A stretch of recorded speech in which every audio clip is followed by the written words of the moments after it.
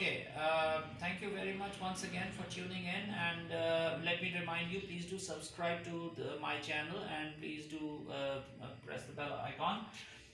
So we were in the last video, we were discussing the pricing strategies that are available to a firm, and we did till price war, destroyer, and non-price competition.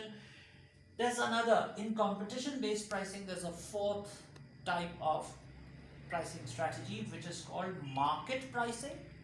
And on the exam, if they say consumer based pricing, market pricing, they are both the same thing, and they are not competition based pricing itself.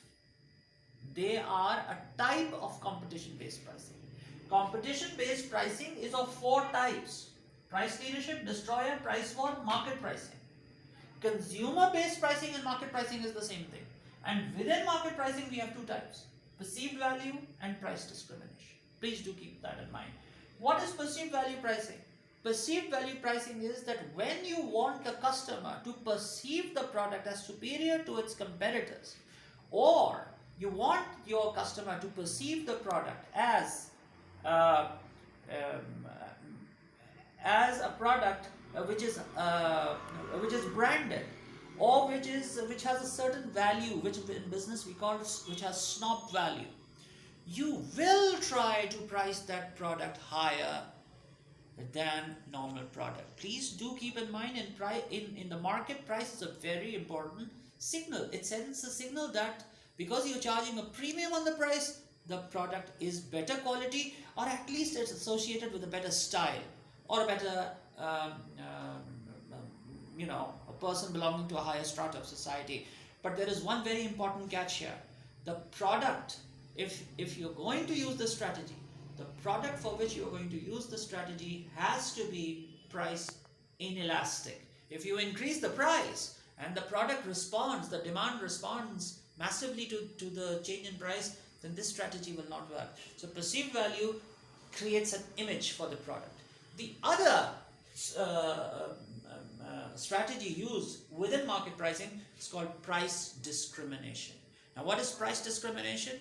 There are two segments of customers: men and women, working class, or people who are just traveling for enjoyment.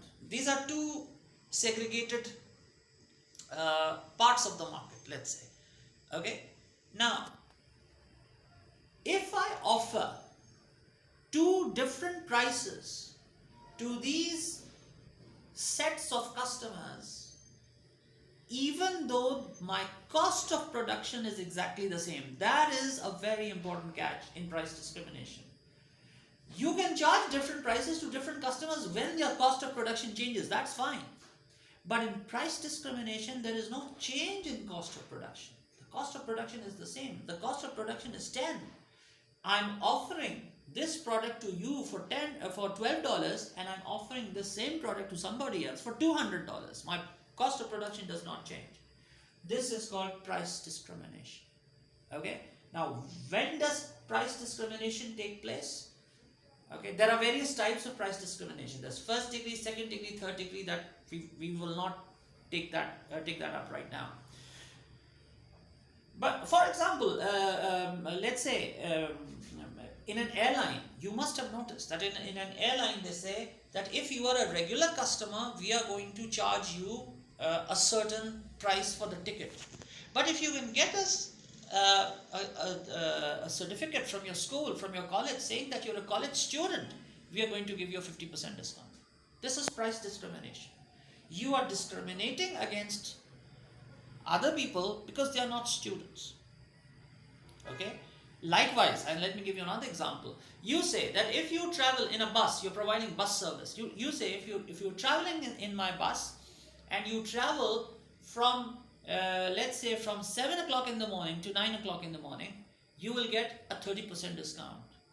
But after that, there will be no discounts. This again is price discrimination. There is no change in the cost of production. Okay. So how can that happen? There's a very important precondition here.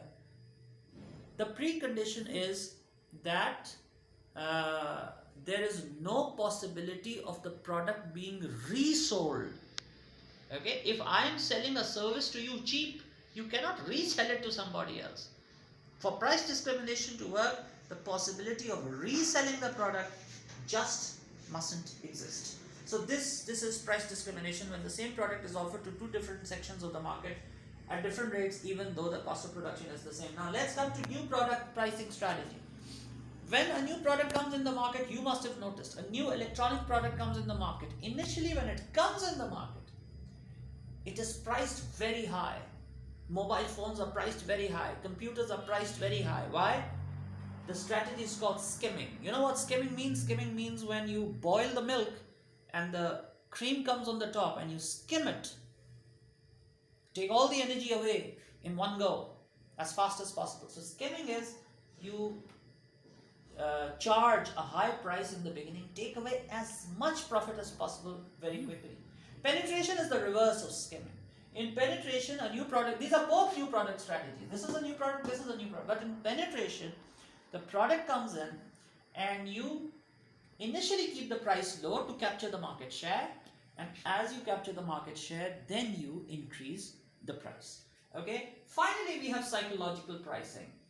Psychological pricing, two things you need to keep in mind. This keeps the psyche of the person in mind, the psychology of the person in mind before selling the product.